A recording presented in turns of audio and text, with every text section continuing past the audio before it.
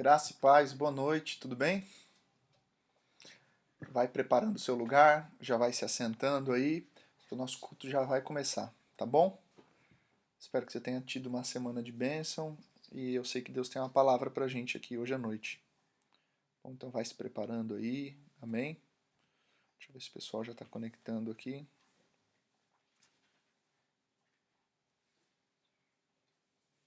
O Mateuzinho já está com a Bíblia dele aqui. Ah, não é a Bíblia não, é um livro só. Amém? Para quem acompanhou com a gente na semana passada a gente fez uma leitura expositiva da primeira epístola do apóstolo Pedro, e hoje o meu objetivo é continuar com essa leitura. Sei que Deus vai falar com a gente, sei que esse modelo de ler a Bíblia e deixar que o Espírito Santo vá ministrando ao nosso coração é muito eficiente. E então pegue sua caneta, pegue seu papel, já toma lugar aí no seu assento, se puder coloca na televisão, convida a sua família, que a gente vai começar a nossa oração, tá bom? Então, vamos lá, curva a sua cabeça. Pai, em nome de Jesus, Senhor, são tantos os assuntos, são tantos os nomes, são tantos os pensamentos, são tantas as direções, Jesus, mas é só um caminho que leva a Ti, Jesus. Só um caminho que leva à Tua vontade, Senhor. É o caminho estreito, Jesus. Pai, há tantos pensamentos, tantos egoísmos, tantas arrogâncias, tantas coisas que permeiam o nosso coração, Jesus, mas nós só queremos Te amar, Senhor. Pai, que o Senhor nos ensine, Pai, nesse desafio diário, Jesus, de domínio próprio, de alinhamento do coração, aquilo que a gente expressa como sendo nosso desejo. Ensina o nosso coração a Te amar, Jesus. Nós te damos graça pelos nossos dias, Senhor. Mas mais do que te dar graça numa oração com os meus lábios, me ensina a ter um coração grato pela vida que o Senhor tem me dado. Senhor, nos desarma, Senhor, das nossas insatisfações. Nos desarma, Jesus, das nossas críticas. Nos desarma, Jesus, das nossas crises que nos impedem de ver o Teu cuidado em tudo que a gente tem vivido, Senhor. Pai, que para a glória do Seu nome, Pai, nós possamos levantar a voz a Ti, Senhor.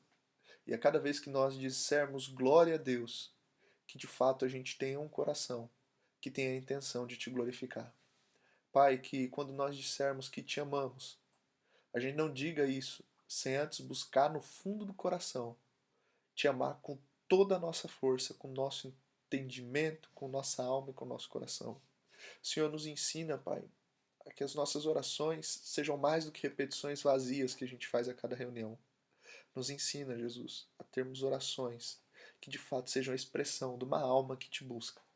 Jesus, que a nossa alma busque, porque eu sei que o Senhor quer se fazer conhecido daqueles que Te buscam. O Senhor, por várias vezes, prometeu que se nós buscarmos de todo o nosso coração, nós o encontraríamos. Senhor, o Senhor mesmo prometeu na tua palavra que se nós clamássemos, o Senhor responderia coisas grandes e firmes, Jesus. E a nossa oração é essa, que o Senhor manifeste coisas grandes e firmes em nossa direção, Pai, para a glória do seu nome, Jesus. Amém. Amém. Glória a Deus. Amém. Tá todo mundo aí? Rodrigo, paz pastorzão. Rodrigo não veio aqui me ajudar hoje. Giovanni. Giovanni tá aí também, Giovanni. Que bom que você tá aí, meu gato. Bênção. Quem mais tá aí vai dando um oi aí, só para eu saber que você tá conectado com a gente. E eu sei que Jesus vai fazer coisas grandiosas aqui nessa noite. Tá bom? Amém. Amém. Então vamos lá. Para você que acompanhou a gente na semana passada, a gente começou a ler a primeira epístola de Pedro. Você que não acompanhou, recomendo você acompanhar, tá? Esse é o tipo de leitura que é muito legal, porque você aprende como a gente costuma ler a Bíblia. Então, para que pontos a gente olha, que textos a gente olha, que detalhes a gente olha, em que lugares a gente pode ter o fluir do Espírito Santo. Uma coisa que eu ouvi e que está matutando na minha cabeça é que muitas vezes a gente se pergunta o que eu faço para crescer.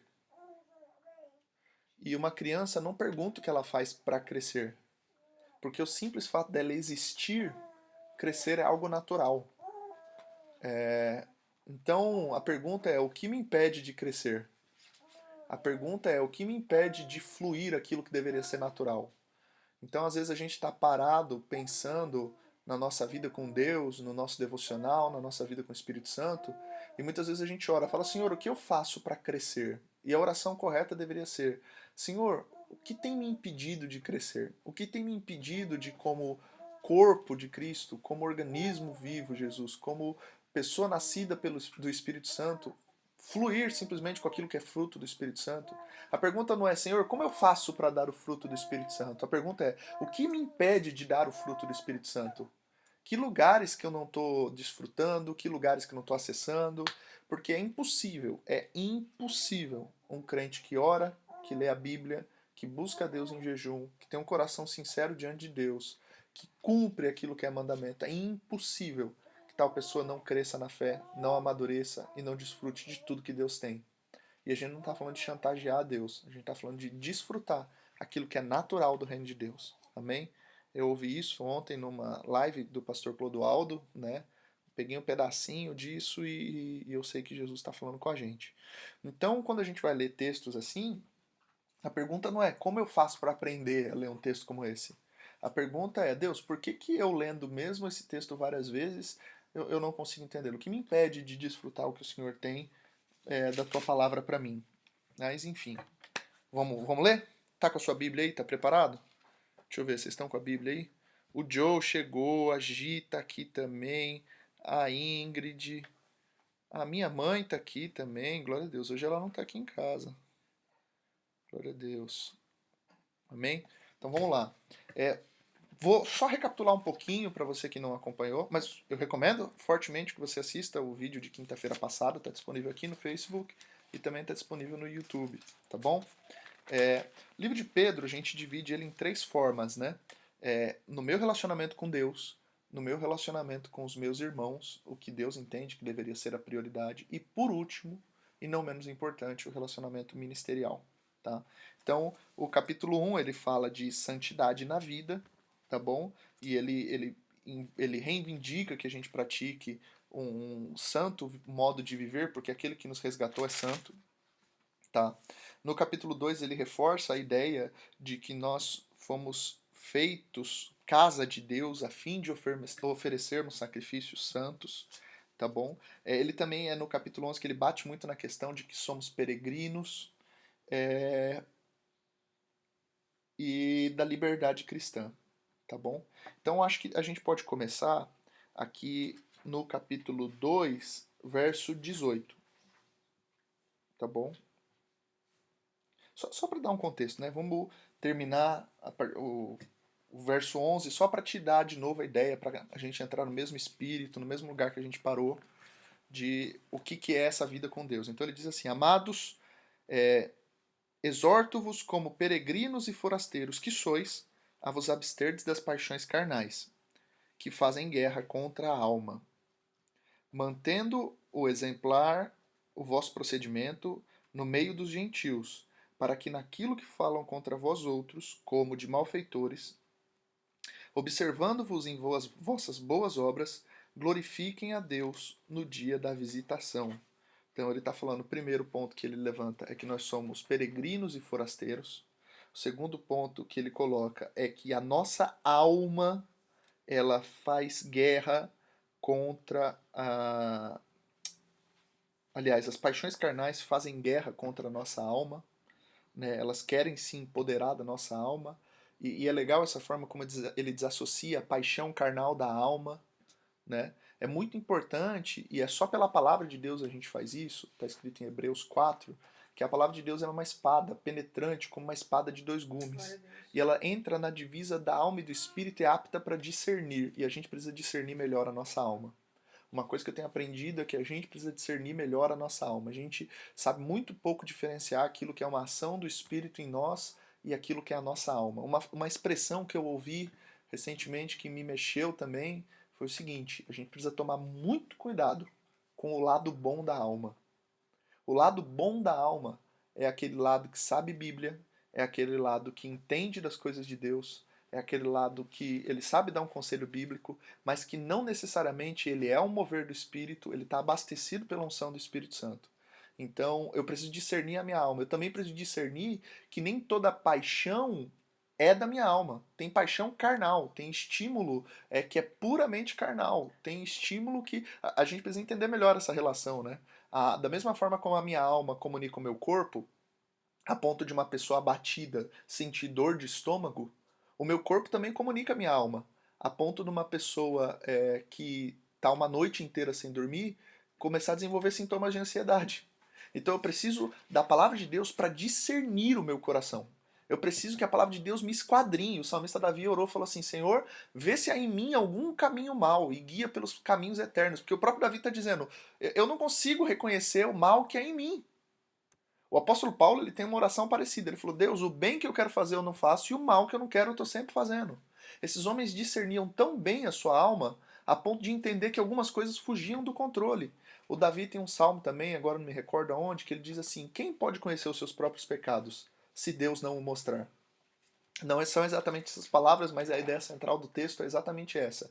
Então, o apóstolo Pedro ele está dizendo que essa pessoa que discerne bem a alma, ela é precedida por um entendimento de que ela é forasteira, de que ela é peregrina, de que ela está aqui só de passagem, de que ela está de malas prontas, de que o lugar dela não é aqui.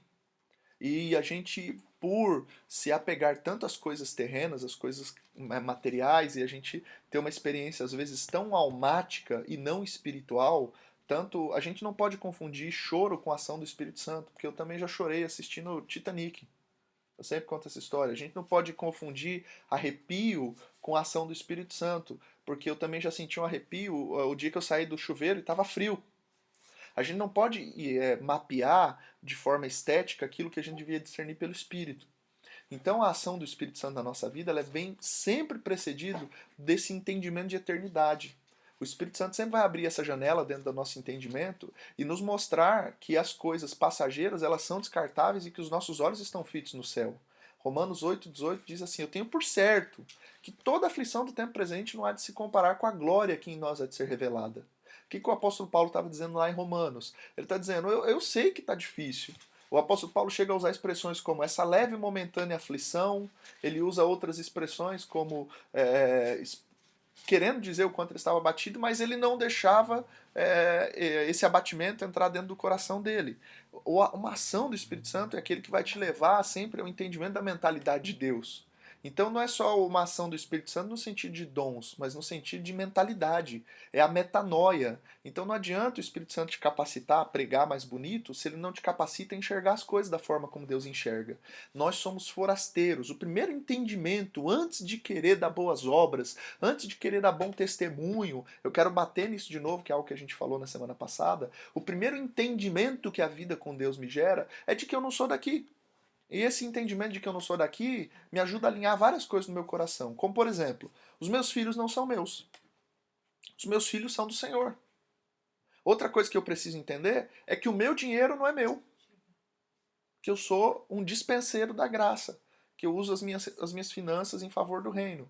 Outra coisa que o Senhor me ajuda a entender é que eu não posso magoar a outra pessoa ali, por mais desprezível que ela seja, porque ela é alguém pela qual Jesus morreu, ama e tem desejo de salvar, ainda que não tenha entregado a vida a Cristo.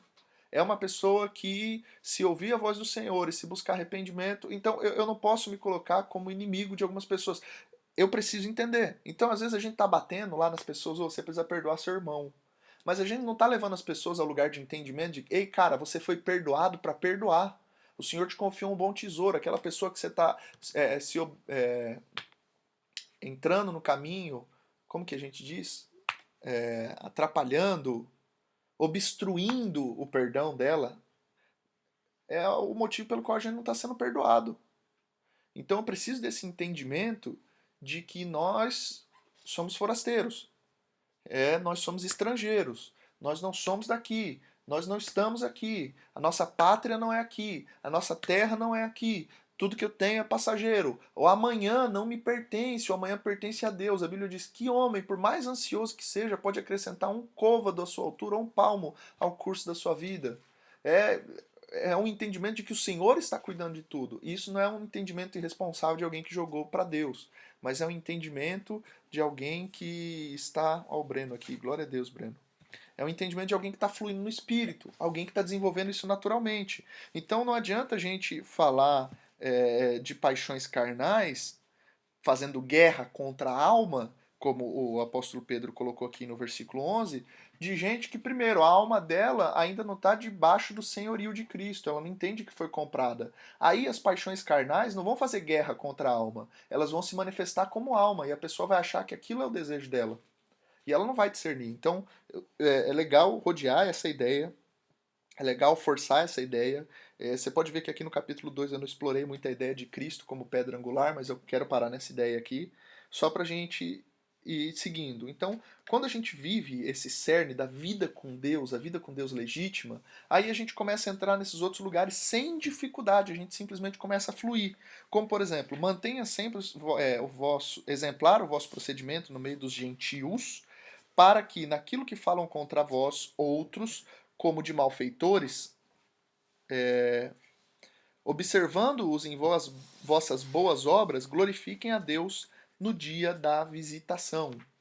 Ou seja, ele está dizendo que a gente deveria, diante das pessoas, viver uma vida intencional, porque ele fala para eu ser de propósito. Isso daqui não é ser falso, não é.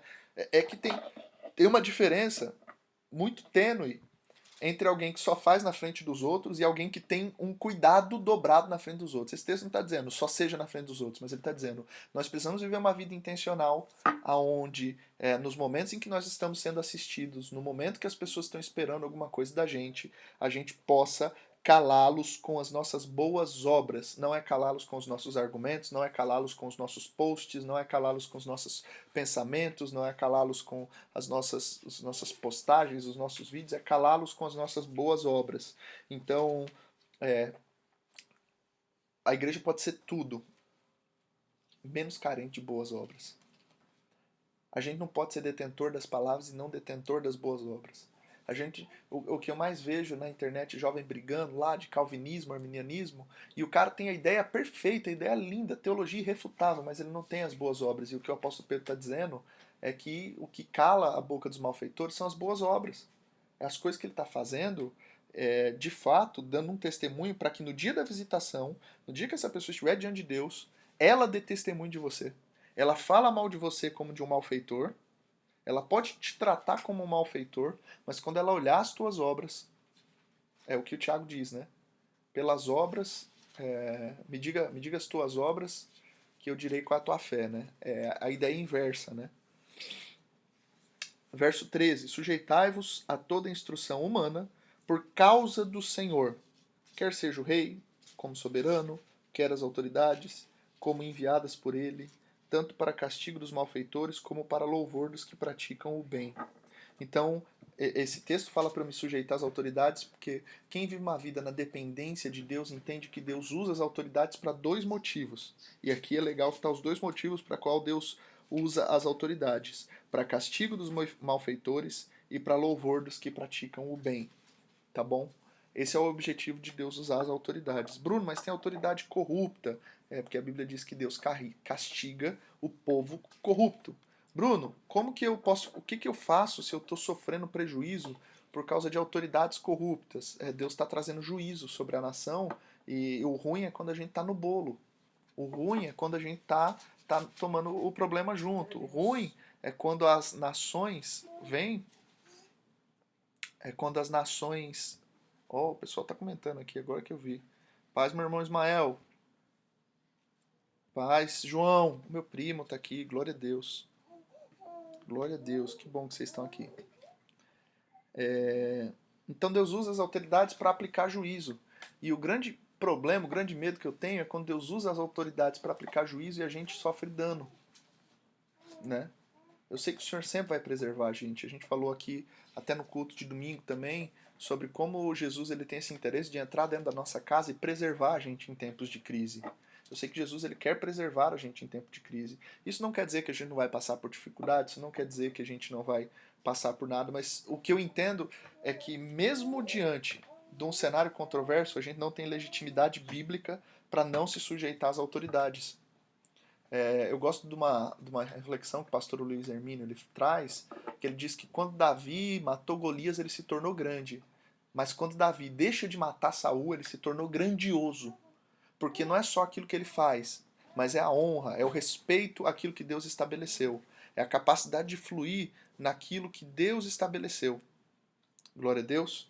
Aí ele diz assim, verso 15 de 1 Pedro capítulo 2. Porque assim é a vontade de Deus, que pela prática do bem façais emudecer a ignorância dos insensatos, como livres que sois, não usando todavia a liberdade por pretexto da malícia, mas vivendo como servos de Deus. Tratai todos com honra, amai os irmãos, temei a Deus e honrai o rei. Honra. Como que eu vou tratar todo mundo com honra? Honra não fala de quem a pessoa é, honra não fala do quanto a pessoa merece. Honra fala do meu coração capaz de honrar, da minha disposição de ser resposta de Deus, de ser bênção de Deus, de andar segundo aquilo que é princípio do Senhor. E ele diz aqui: honrai a todos. E indiferença não serve. Aí ele continua aqui com outro texto que ele fala aqui no verso 17 ainda: tratai todos com honra, amai os irmãos, temei a Deus, honrai o rei. Essas três coisas são poderosas demais. Amar os irmãos, temer a Deus e honrar o rei. Amar os irmãos. Gente, indiferença não serve. Bruno, mas eu não odeio ninguém. A Bíblia não falou para você não odiar, a Bíblia falou para você amar. Indiferença não serve. Aqui a gente está falando de amar. Nós temos um compromisso com a palavra de Deus. Nós entendemos que amor não é um sentimento involuntário que nasce no nosso coração. Nós entendemos que amor é decisão. E por isso nós temos um compromisso de amar as pessoas. Não porque elas merecem, né? Mas porque elas precisam do amor de Deus. Porque é o nosso papel como dispenseiros da graça de Deus. É nosso papel como ministros da reconciliação de Deus. Ter a capacidade de amar pessoas que naturalmente seria impossível. Que se a gente fosse olhar pelas obras dela, ela seria impossível. E como que a Bíblia está me mandando a amar os irmãos, temer a Deus, temer fala daquele entendimento de que o Senhor está sempre nos olhando, e honrar o rei. Honrar o rei, independente se ele é justo, se ele não é justo. Essas linguagens de amor, honra e temor são uma linguagem que está muito perdida dentro do nosso coração. Gente, nós precisamos de volta aprender a amar. E eu bato nisso, né? Tem uma reflexão que se faz em cima daquele texto de que adianta o homem ganhar o mundo inteiro e perder a sua alma. E eu me pergunto se ali naquele texto está falando de salvação. Porque a alma naquele texto não propriamente está falando de salvação. De perder a sua alma, talvez é perder a capacidade de amar, perder a capacidade de dar uma resposta adequada àquilo que é a palavra, de envolver o seu coração naquilo que a palavra vai nos orientando. Obediência à palavra não é simplesmente uma anulação daquilo que é nosso sentimento, daquilo que é o nosso coração. Obediência à palavra é quando eu pego a minha vontade e levo ela sujeita, mas envolve também prazer e alegria no que está fazendo ao Senhor. Então a gente não pode dispensar essas coisas. Amai os irmãos, temei a Deus, honrai o rei. Honrai o rei. Honra. Vamos lá. Primeiro capítulo de Pedro, ele me lembra de que eu sou forasteiro.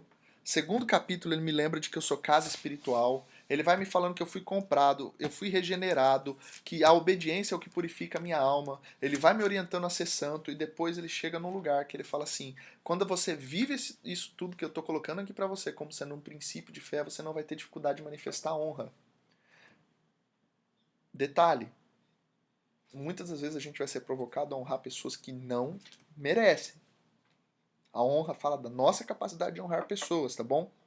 Por que eu honro essas pessoas?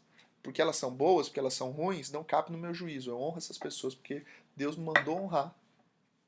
E como ele vai... Aliás, vamos seguindo aqui que eu acho que a leitura traz um pouco desse entendimento. Verso 18. Servos, sede submisso com todo temor ao vosso Senhor, não somente se for bom e concordato, mas também ao perverso.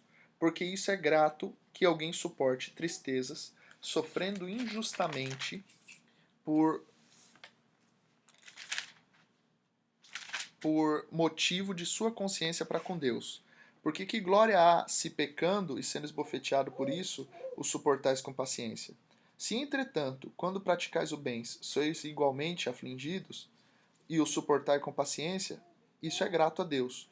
Porquanto para isso mesmo foste chamado, para que também Cristo sofreu em vosso lugar, deixando-vos exemplo para seguirdes os vossos passos, o qual não cometeu pecado, nem dolo algum se achou na sua boca, pois ele, quando ultrajado, não revidava com ultraje, quando maltratado, não fazia ameaças, mas entregava-se àquele que julga retamente, carregando ele mesmo em seu corpo sobre o madeiro os nossos pecados, para que nós, mortos para os pecados, vivamos para a justiça, porque por suas chagas fostes sarados, porque estáveis desgarrados como ovelha, agora porém vos convertestes ao pastor e bispo da vossa alma. Esse texto aqui é um texto que precisa ser lido com muito cuidado. Ele está dizendo, servo, se submeta ao seu senhor, inclusive naquilo que for sofrível. Porque se quando está tudo bem você aguenta, por que na hora que está tudo mal você não vai aguentar? E esse texto aqui, infelizmente, pode, se você não olhar ele com muita atenção, pode ser responsável por estar formando em algumas pessoas a muleta que elas precisavam para ficar presas em situações. Por exemplo, uma pessoa que está vivendo um relacionamento abusivo, uma pessoa que está envolvida em amizades tóxicas, uma pessoa que está envolvida com pessoas que não são propriamente do convívio que o Senhor preparou para ela. Olhar esse texto e falar assim, tá bom, eu vou continuar ali sofrendo, não é esse o propósito. Ele coloca o modelo como sendo Cristo. Então Cristo sofreu para cumprir a vontade de Deus, porque ele andava segundo a vontade de Deus. Jesus orou. E isso para mim, já essa frase por si só já é chocante.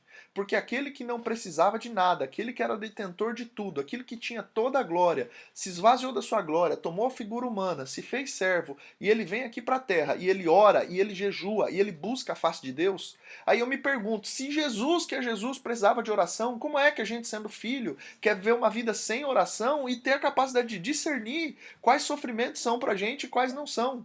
Então tem pessoas sofrendo fardos que Jesus não tem para elas. Enquanto tem pessoas evitando situações que elas sabem que é o caminho que o Senhor quer usar para santificar a vida delas. Então a gente tem que tomar muito cuidado e a gente precisa de discernimento do Espírito, porque tem coisas que eu não vou conseguir te dar uma fórmula pronta aqui, por nenhum pastor vai conseguir te dar uma fórmula pronta de como que você discerne isso. Como que a gente discerne? Jogar a semente, mesmo na terra que tinha espinho, mesmo na terra que tinha pedregulho, como não dar pérola aos porcos. Então tem muitas coisas que a gente precisa de discernimento do Espírito Santo para saber em que lugares a gente entra e que lugares a gente não entra. Então a gente tem que ter discernimento do Senhor, porque tem muitas situações que se você quiser criar um modelo meramente humano e não ter a direção do Espírito, você talvez vai estar sofrendo aí 10, 15, 20 anos da sua vida rodeado de pessoas falando que está vivendo esse texto, eu estou sofrendo porque Deus me mandou sofrer, mas na verdade você está usando isso como desculpa para estar sentado na roda dos escarnecedores. Então a gente precisa ter esse discernimento. Glória a Deus. O que me dá um pouco de entendimento aqui nesse texto é que o que me faz respeitar o Senhor é um entendimento de honra à cadeia de autoridade que Deus estabeleceu. É Davi olhando para Saul e não ousando condená-lo, não ousando praguejá-lo. É o silêncio daqueles que entendem que o Senhor está cuidando de todas as coisas. Olha que maravilhoso esse texto. Verso 22 aqui. O qual não cometeu pecado, nem dolo algum se achou na sua boca. Certo? Pois ele, quando ultrajado, não revidou com o traje. Quando maltratado, não fazia ameaças, mas entregava-se àquele que julga corretamente. Isso não é a pessoa. Isso é a Deus. Então o sentimento de Jesus foi: vou me calar, porque tem um Deus que cuida de mim. Mas você nunca vai sentir essa segurança se você não tiver uma vida de oração. Verdade. Você nunca vai sentir essa segurança de discernir, de confiar, de se entregar a Deus, como a gente vai ver no capítulo 5 de Pedro, aqui nessa própria epístola, ele sai dizendo lá pra gente: lançai as vossas ansiedades e saber que ele tem cuidado de vós. Você nunca vai desfrutar do cuidado de Deus se não lançar sobre ele as suas ansiedades. Então, esses são um ponto que a gente precisa entender. Davi não pronunciou nenhuma palavra de maldição em direção a Saul. A Bíblia diz no livro de Judas, Judas, que é uma cartinha um pouquinho aqui mais para frente. Quer ver?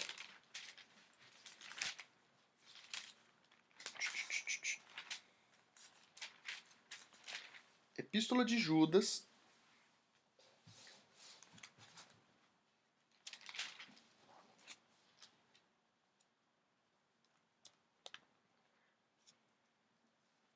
no capítulo único, né? Porque ela só tem um capítulo, verso 9. Contudo, o arcanjo Miguel contendia com o diabo e disputava a respeito do corpo de Moisés. Não se atreveu a proferir juízo infamatório contra ele. Pelo contrário, disse: O Senhor te repreenda. Miguel, o anjo de Deus, da confiança do Senhor, cheio de poder de Deus, cheio da glória de Deus, quando está diante do diabo, não ousou pronunciar juízo. Davi não ousou pronunciar juízo. A Bíblia está me dizendo que Jesus não tinha dolo na sua boca.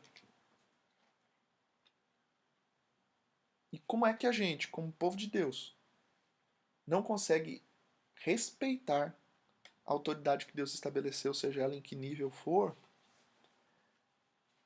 Primeiro é porque a gente não confia que Deus está olhando. A gente não confia que Deus está cuidando. A gente não confia que o Senhor é Senhor de todas as coisas. A gente já não está mais ouvindo a voz do Espírito Santo. O chamado de Jesus para a gente nesses dias é: vem para o quarto de oração.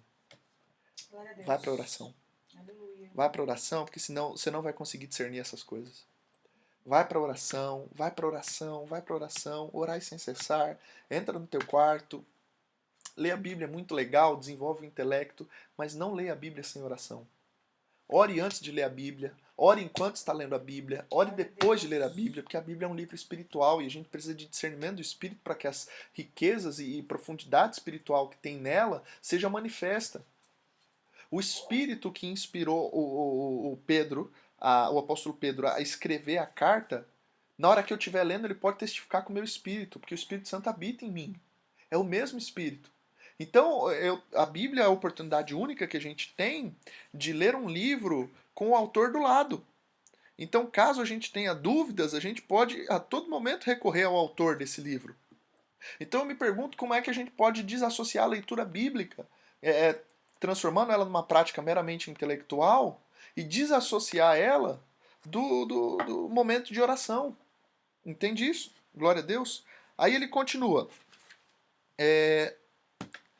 Capítulo 3, verso 1. Mulheres, sede igualmente submissas aos vossos próprios maridos, para que, se ele ainda não obedece à palavra, seja ganho sem palavra alguma por meio do procedimento da sua esposa, e a observar o vosso honesto comportamento cheio de temor, não seja o adorno, e o vosso comportamento cheio de temor, para que não seja o adorno das esposas o que é exterior, como frisado de cabelos, adereços de ouros, aparato de vestuário. Seja, porém, o homem interior do coração, unido ao incorruptível trajo de um espírito manso e tranquilo, que é de grande valor diante de Deus. Pois foi assim também que a si mesmas se ataviaram outrora as santas mulheres que esperavam em Deus, estando submissas ao seu próprio marido. Como fazia Sara, que obedeceu a Abraão, chamando-lhe Senhor, da qual vós vos tornastes filhas, praticando o bem e não temendo perturbação alguma. Vamos começar pela parte das mulheres. Primeiro, Bruno, vou chamar minha esposa para ela ler esse texto de capítulo 3. Não mostra o capítulo 3 para ela, não. Mostra o 1 e o 2 antes. Mostra o capítulo 1, mostra o capítulo 2. Medita bastante no capítulo 1 e no capítulo 2, que aí o capítulo 3 vira espontâneo. Aí começa a fluir. E olha que conselhos maravilhosos ele traz para as mulheres. Mulheres, sede vós igualmente submissas aos vossos maridos. Então ele começa falando de submissão ao Senhor. Então quem que é o primeiro cara submisso aqui? Por que ele está falando seja vocês igualmente submissas? Menina de Deus, você que está procurando um marido, só seja submissa, se coloque. Não é para você casada essa frase. Isso é para você, menina de Deus, que está procurando um homem de Deus. Só seja a mulher submissa a um homem do capítulo que está aqui no capítulo 3, se ele for o cara do capítulo 2. Se o seu marido consegue, se o seu futuro marido, se o seu candidato a varão de guerra aí, ele consegue amar os irmãos, temer a Deus e honrar o rei, esse é um cara, porque ele diz aqui, mulheres, sede vós igualmente submissas ao vosso próprio marido, para que, se ele ainda não obedece à palavra, seja ganho sem palavra alguma por meio do procedimento da sua esposa. Irmã, deixa eu te contar um segredo, agora é para as casadas. Você já escolheu esse cara, você já casou, você já apresentou aliança, ele não obedece à palavra, seu marido é um rebelde, seu marido dá muito trabalho, seu marido não é homem de Deus? Ore. Ore. Ore. Bruno, ele não me bate, ele não chega bêbado em casa destruindo, ele não é agressivo, ele não me trai. E eu tô casada, ele não diz que me ama, ele não é o homem carinhoso que eu vi no filme. Tudo bem, irmão. Você escolheu casar, não escolheu? Agora nós vamos resolver isso de forma espiritual. Ore. Bruno, o que eu tenho que falar pra ele?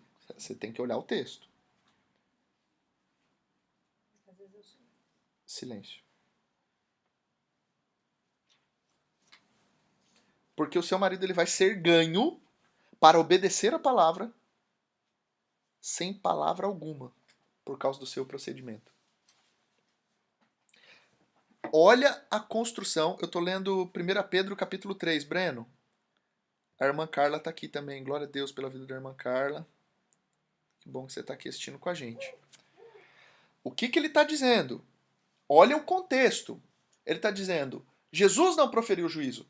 Jesus não amaldiçoou aqueles que estavam vilipendiando ele. Jesus não amaldiçoou, ele não maldisse, ele não falou mal, ele não tratou mal, ele não deu uma palavra de grosseria, ele não ofendeu, ele suportou.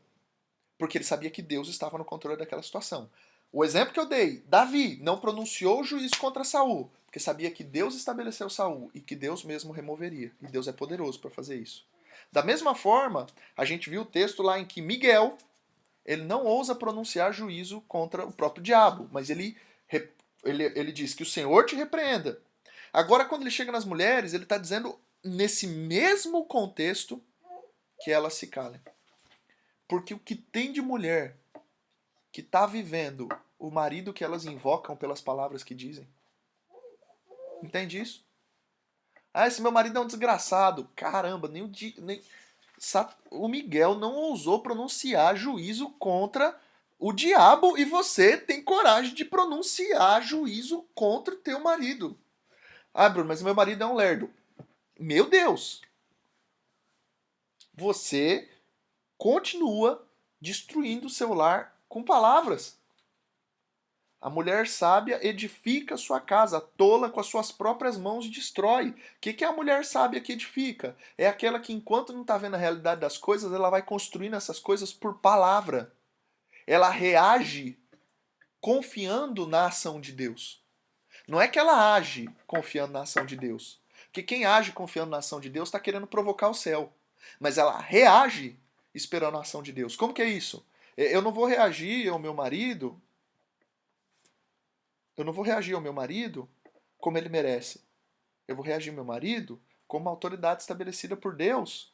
Porque eu sei que o Senhor está sobre a vida dele. Eu não vou reagir pronunciando uma maldição, eu não vou reagir ofendendo, eu não vou pôr mais pano para manga. Eu vou saber que o Senhor está cuidando dessa situação. Então, olha que bênção. E ele diz aqui, né, verso 3, isso aqui é uma porrada para os dias atuais, né?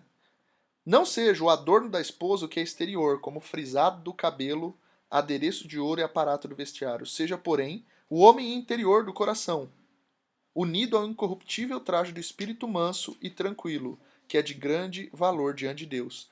Ele fala do homem interior da mulher. O que é o homem interior? Esse é o verdadeiro adereço. Tem gente que só consegue ser bonita por causa da maquiagem, por causa do cabelo, mas se tirar a aparência física dela, ela é uma pessoa horrível. Irmã, não seja uma mulher horrível. Eu acho que isso aqui é mais a Jaque que tem que pregar, né? Do que eu. Mas, irmã, não seja uma mulher horrível. Não seja uma mulher horrível. Se todas as pessoas fossem cegas, o que elas achariam de você? Poxa, eu vou te falar uma coisa. Se eu for me basear nesse texto e no livro de Provérbios, vou dar um conselho para os irmãos. O irmão que não é casado, se tiver que escolher entre a bonitinha, atribulada, e a mais feinha, mais simples de aparência, que é a mulher de Deus, escolha a mais simples. A Bíblia diz em Provérbios, mais vale comer alface na mesa que tem paz do que boi gordo na casa onde tem contenda. Irmão, se a única coisa que essa menina aí vai te oferecer é um corpo bonito, cara, foge. Porque o adorno dela não pode ser aquilo que é exterior. O adorno dela, cara, pra você procurar uma mulher de Deus pra você, seja o homem interior do coração, a vida espiritual ativa, o novo nascimento ativo, pulsando dentro dela, e o incorruptível traje do espírito manso e tranquilo, que é de grande valor diante de Deus. Entende isso? Irmã, o que Deus está dizendo que tem grande valor para ele? Uma mulher que nasceu de novo. É que culto de mulher, Jaque, eu vou. Ainda bem que você faz isso. Agora o Espírito Santo está dando direção mais clara. Culto de mulher não é só para falar, ai, como que eu trato meu marido? Culto de mulher, vamos falar de tudo rosa. Irmão, culto de mulher é para falar que elas precisam nascer de novo também. Porque tem um monte de mulher que tá com cabelão, com saião, toda bonitona, mas que não nasceu de novo. O homem interior dela não foi regenerado. Essa pessoa não foi regenerada, não nasceu de novo, não é possível. E não tem grande valor diante de Deus. Sabe aquela mulher virtuosa, quem a achará que o seu valor excede o de muitos rubis? Olha aqui, o texto está me dizendo. É uma mulher que é de espírito manso, tranquilo e com o homem interior, com a vida espiritual ativa. Entende isso? Isso não é aparência física. Vamos continuando. Pois assim se ataviaram outrora as santas mulheres que esperavam em Deus, estando submissas a seu próprio marido, como fazia Sara, que obedeceu a Abraão, chamando-lhe de Senhor, da qual vos tornastes filhas praticando o bem e não temendo perturbação alguma. Irmã, autoridade nenhuma merece mais honra do que teu marido. Cuidado para você não ser a mulher da oração, que é um inferno dentro de casa.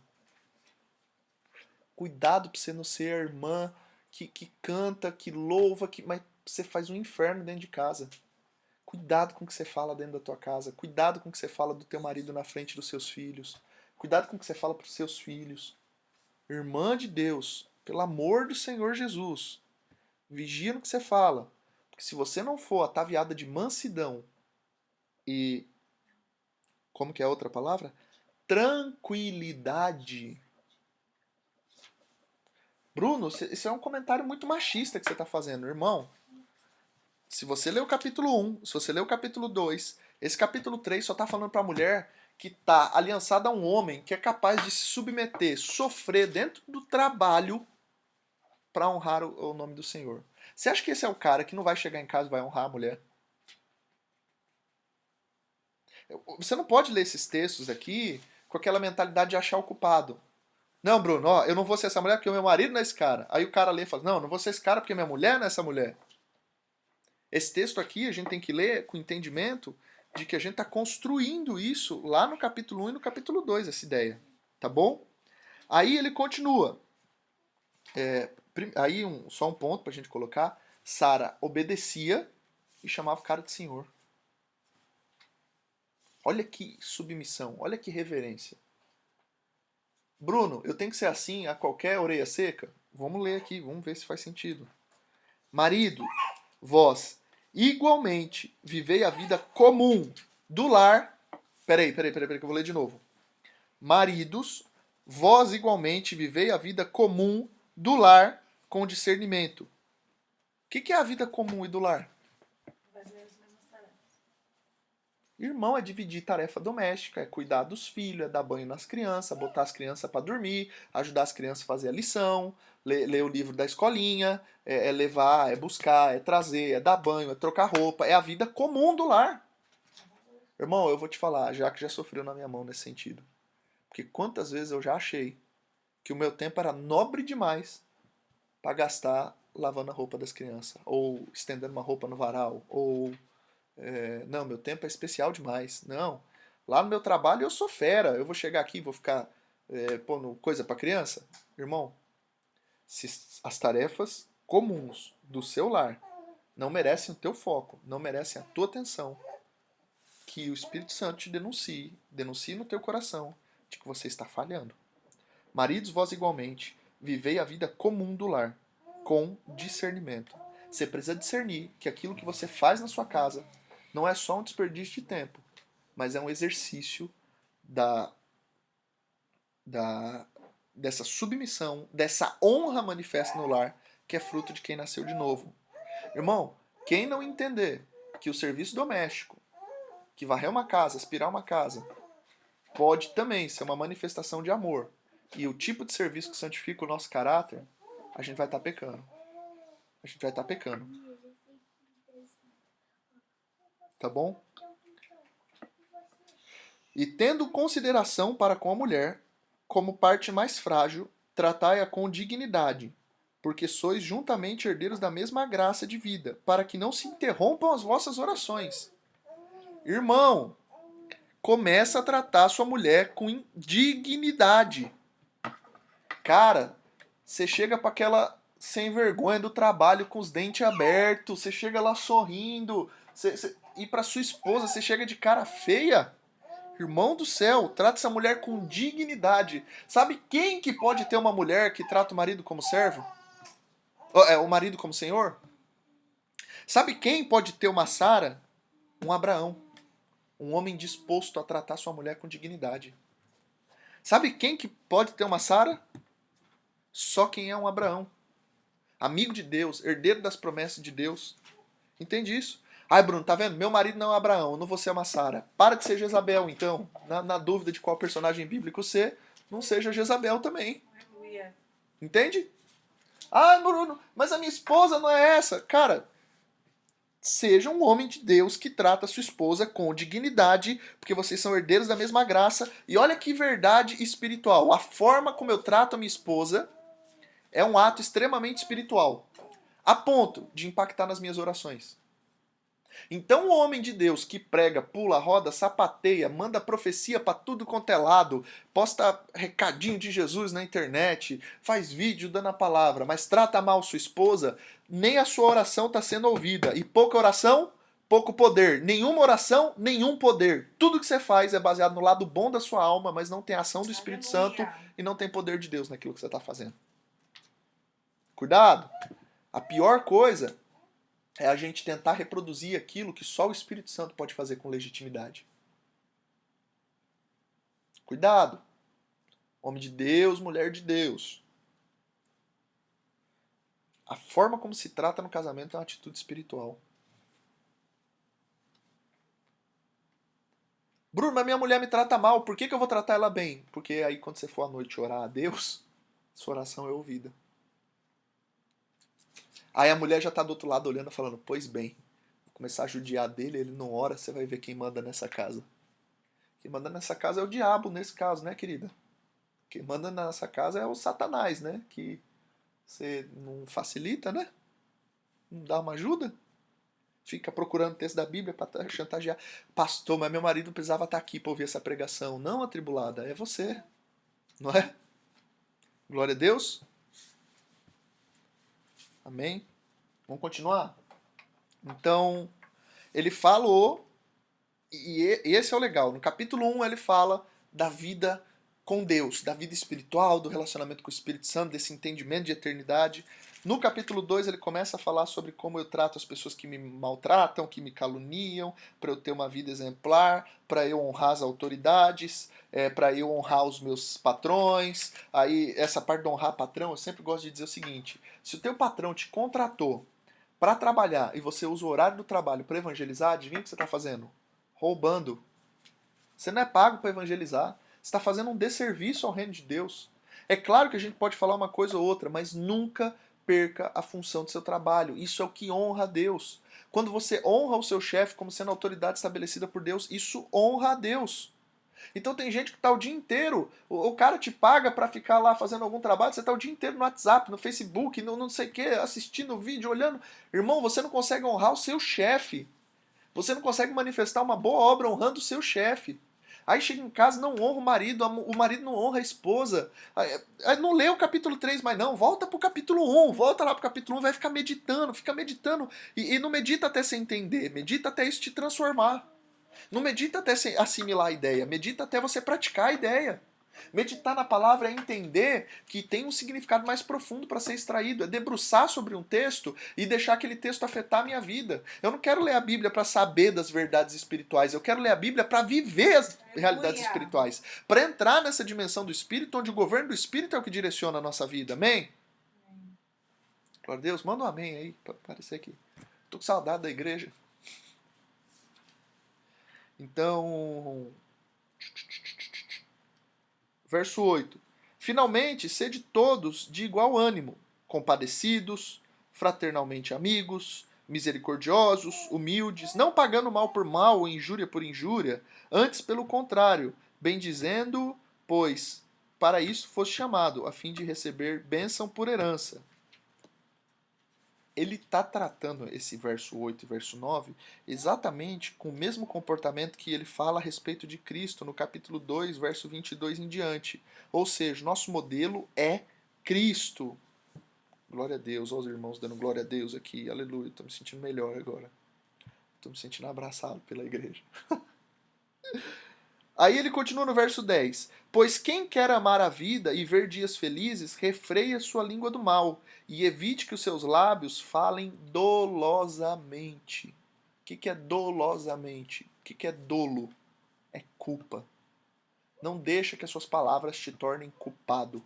Seja senhor da tua boca, senão você vai ser escravo dela. Aleluia. Entende isso?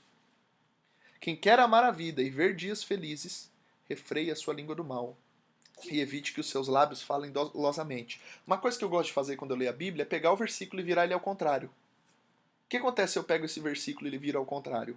Eu leria ele assim: quem usa sua língua para o mal e fala dolosamente, nunca vai amar a vida e nem ver dias felizes. Tem gente que está infeliz pelo que fala. Já pensou se o motivo da tua infelicidade é o que você fala? Uma provocação que eu gosto é o seguinte: se você comesse as suas palavras, você ia ser nutrido ou envenenado? Tem gente que simplesmente não é feliz porque na boca dele, ele não está vivendo receber a bênção por herança do verso 9. Ele está vivendo ali falando o que ele quer, a boca dele é um sepulcro caiado, é uma fonte que jorra veneno, é a língua lá de Tiago 3. Lê Tiago 3 quando fala da língua, ela é inflamada pelo inferno, é um negócio terrível. Porque, verso 11, aparte-se do mal, pratique o que é bom e busque a paz e empenhe-se por alcançá-la. A Bíblia não está mandando eu buscar a paz somente, ela busca a paz e empenha em alcançar. É aquele texto que a gente usa para falar que a mulher, quando foi procurar a dracma perdida no livro de Lucas capítulo 15, ela não só procurou, mas ela procurou diligentemente. O que é o diligente? É procurar como quem acredita que vai encontrar. É procurar insistindo porque sabe que está ali. Aleluia. Sabe quando você perde seu celular na sala e você fica rodeando a sala, você fala, eu sei que eu deixei aqui. Então eu vou ficar rodeando até achar. Não faz sentido eu procurar no quintal, porque eu deixei ele aqui na sala. Aí você liga pra ele e você fala assim, eu ouvi o barulho aqui, eu tenho que procurar porque ele tá aqui. E você fica rodeando aquele lugar porque você fala, ele tá aqui, ele não pode estar na sala. Eu não esqueci em outro lugar, eu esqueci ele aqui. Porque tudo indica que tá aqui. A Bíblia manda eu procurar a paz e, no caso da parábola das dracmas, essa busca no reino de Deus, como quem quer encontrar, como quem sabe que tá ali, como quem tem certeza que tá ali, como quem confia na palavra de Deus de que aquilo que o Senhor estabeleceu é real e que se eu buscar, eu posso encontrar. Então, ao invés de você ler esse texto do capítulo 3, você esposo ou você marido, e ficar triste, você deveria buscar a paz como quem pode encontrá-la, como empenhado para alcançá-la, porque sabe que está ali, porque confia nela que está ali. Agora, se você não leu o capítulo 1 e não leu o capítulo 2 de 1 Pedro, você talvez não seja uma pessoa que ora. Se você não é uma pessoa que ora e não é uma pessoa que lê a Bíblia, você não vai entender essas realidades, então você não vai saber pelo que você procurar. Então qualquer empenho seu vai ser um empenho inútil, como quem está batendo no vento, porque você não sabe o que está procurando. Mas quem ora, quem lê a palavra e deixou que o Espírito Santo penetrasse a palavra no seu coração e tem convicção de que essas estruturas espirituais são reais, ele vai continuar buscando, porque o Espírito Santo já convenceu ele da realidade daquelas coisas. Então, quando a Bíblia fala que Deus abençoa, por exemplo, o filho que honra o pai, Deus vai multiplicar os dias de vida.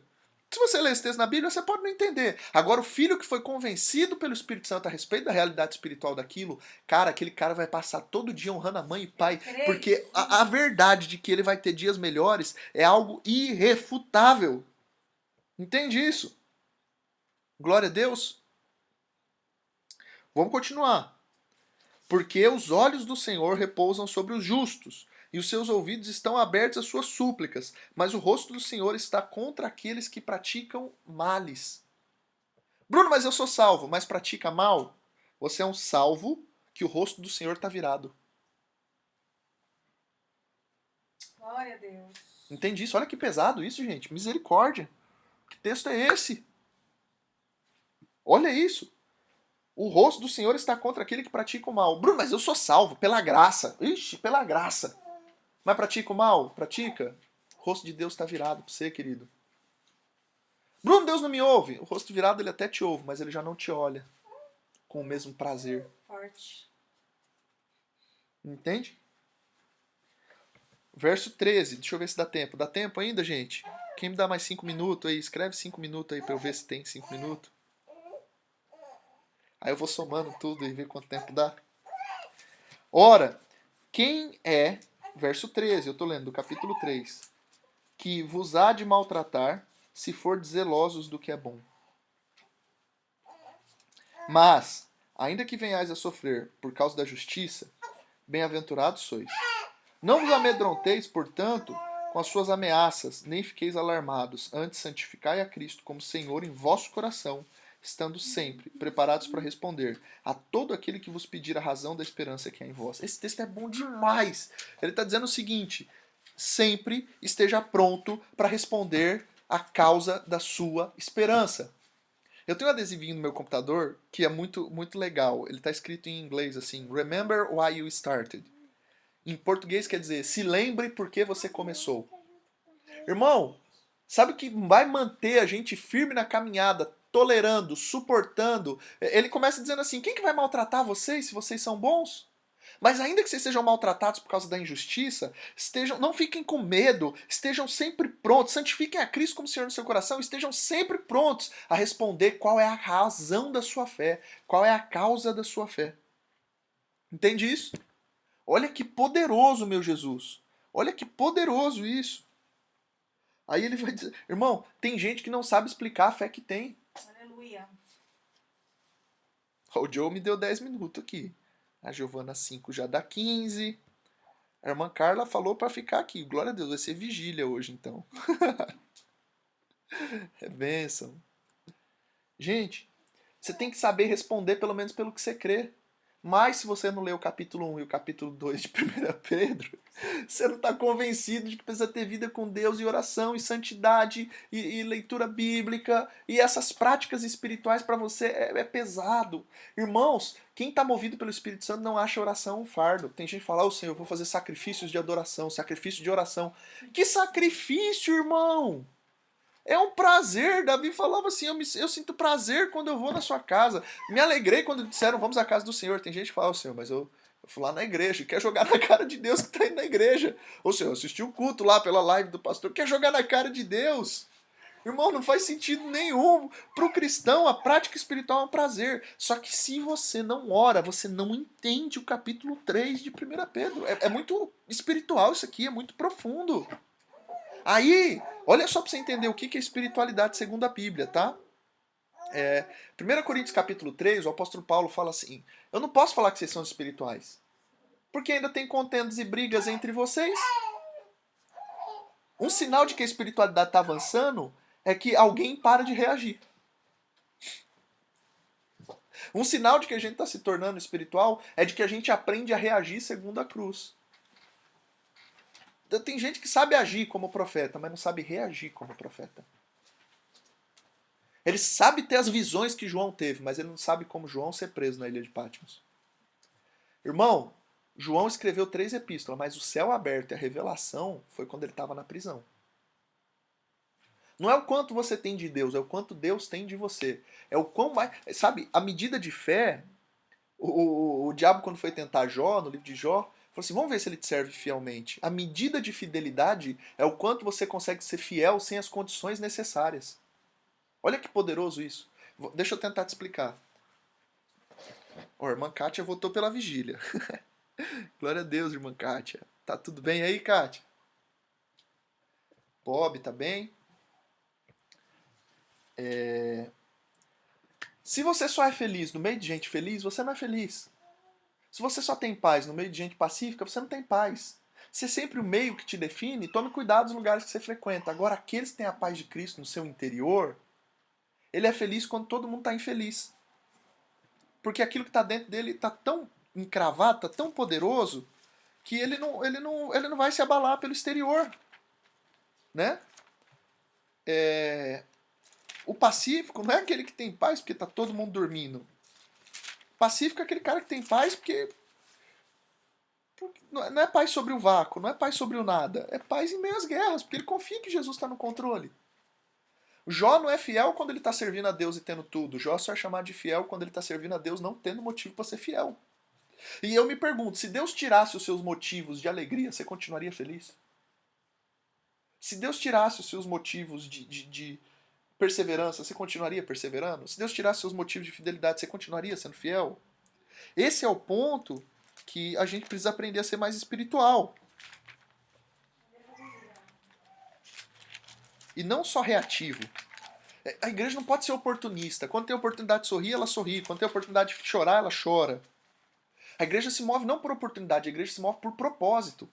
A igreja não é aquela que sai correndo na primeira porta aberta que ela vê. Quantas vezes eu já li aquele texto de Atos, capítulo 16, quando o apóstolo Paulo e o Silas foram presos na prisão, e a gente profetizando, as cadeias vão abrir, as portas vão abrir. Mas se você ler o texto, a porta abriu, a cadeia abriu, e eles não saíram correndo. Porque crente não é aquele que se move por oportunidade, ele vê a primeira porta aberta, vai entrando. Crente é aquele que se move por propósito. Aí o cara vê a primeira oportunidade de trair a mulher e fala, nunca vou ter uma mulher igual essa de novo, meu Deus, vou trair a minha esposa. Porque é oportunista, não se move por propósito. A mulher fala, nunca vou ter outra oportunidade dessa, de curtir aqui com meus amigos, curtir a vida. Eu vou aproveitar. Não é aproveitar a oportunidade, é viver por propósito. O propósito tem que valer mais que a oportunidade. Porque na ausência de oportunidade, o propósito te leva a Deus. Nem todos os caminhos que parecem bons aos olhos do homem são abençoados por Deus. Tem caminhos que parecem bons aos olhos do homem, mas levam à morte, é o que Salomão ensina no livro de Provérbios. Mas aqueles que perseveram no Senhor, em ouvir a sua palavra, entender a sua vontade, esses vão continuar. Olha o que está escrito em 2 Coríntios capítulo 4, só para reforçar essa ideia.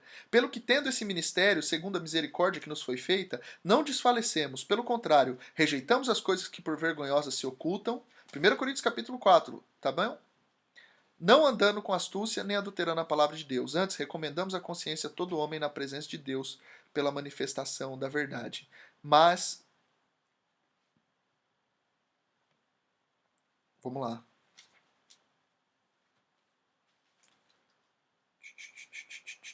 Pula um pouquinho. Eu só devia ter lido o verso 1. Agora vamos lá para o verso 8. Em tudo somos atribulados, porém não angustiados. Perplexos, porém não desanimados. Perseguidos, porém não desamparados. Abatidos, porém não destruídos. 1 Coríntios capítulo 4, verso 8. Em tudo somos atribulados. Tribulação é dentro ou é fora? Tribulação. Fora. E angústia? Dentro. Eu estou tribulado, mas não estou angustiado. Perplexidade é onde? É fora. E o desânimo? É dentro. Eu estou perplexo, mas não estou desanimado. Aí ele continua. Perseguido é fora. Desamparado é dentro. Você pode me perseguir, mas eu não vou me sentir desamparado. Eu posso estar abatido por fora, mas nunca destruído por dentro. Levando sempre no corpo o morrer de Jesus, para que a vida dele se manifeste em nosso corpo.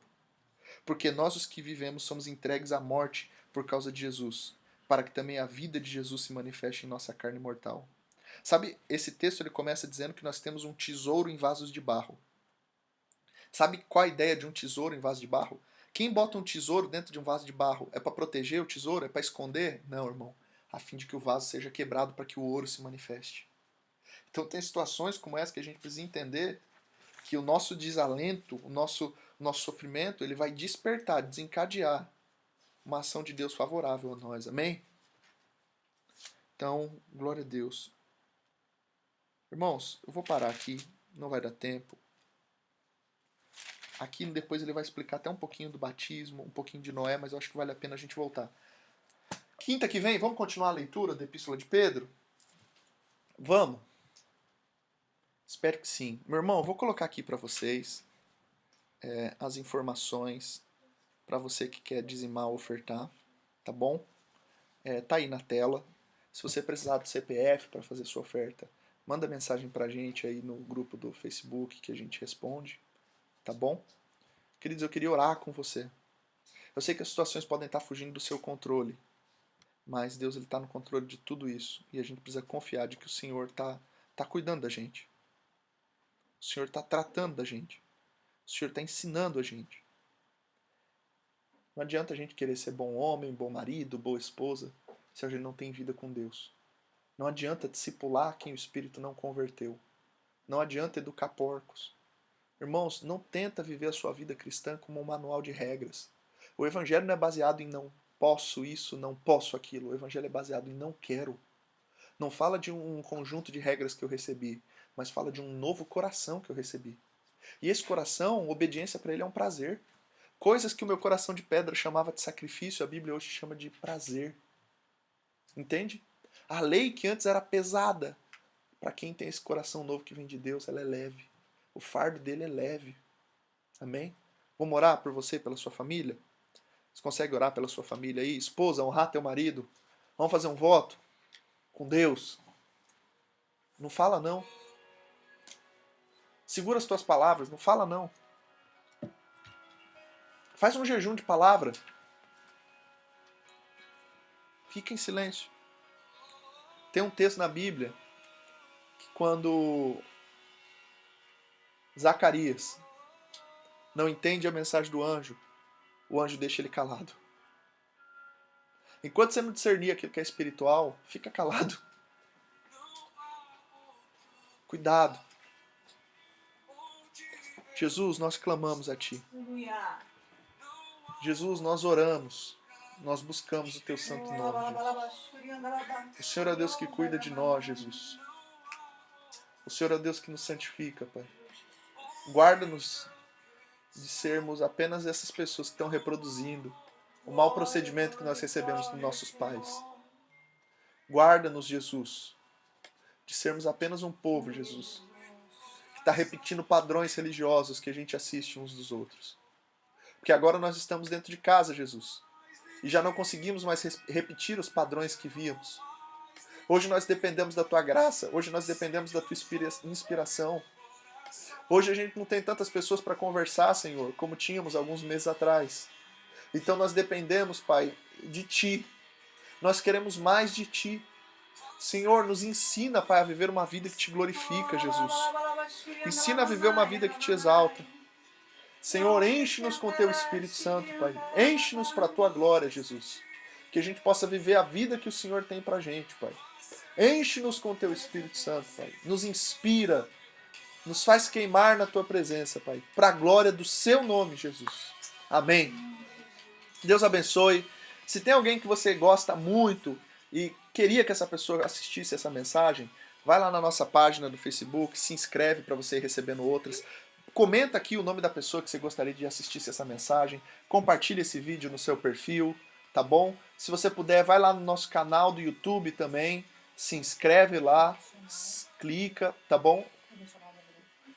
Você que faz parte da igreja e está no grupo da igreja de WhatsApp, se você não está, me manda uma mensagem aqui, comenta aqui que a gente coloca você. Lá a gente está mandando todo dia um devocional, de manhã e de noite. É muito importante que você leia aquilo e leia aquilo debaixo de um lugar de oração, tá bom? Leia aquilo, ora a respeito daquele texto, de manhã e de noite, tira um minutinho com Deus. Veja Daniel, quantas vezes ele orava por dia com a janela aberta em direção a Israel. Então ora. Sábado temos a live dos homens, o irmão Nilson Pegado vai estar lá com a gente, lá direto da base missionária da MCM lá de Pernambuco. Juazeiro, vai estar lá em Juazeiro, mandando fogo pros homens. Fala pro seu marido assistir, tá bom? Vai ser lá no Instagram, @icalvario_oficial. E deixa eu ver se tem mais um recado. Domingo de manhã tem aula de Bíblia.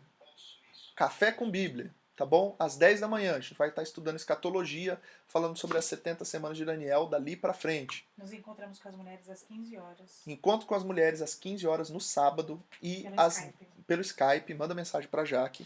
E às 19 tem a célula dos jovens com o Tiago, tá bom? Manda mensagem pro Tiago.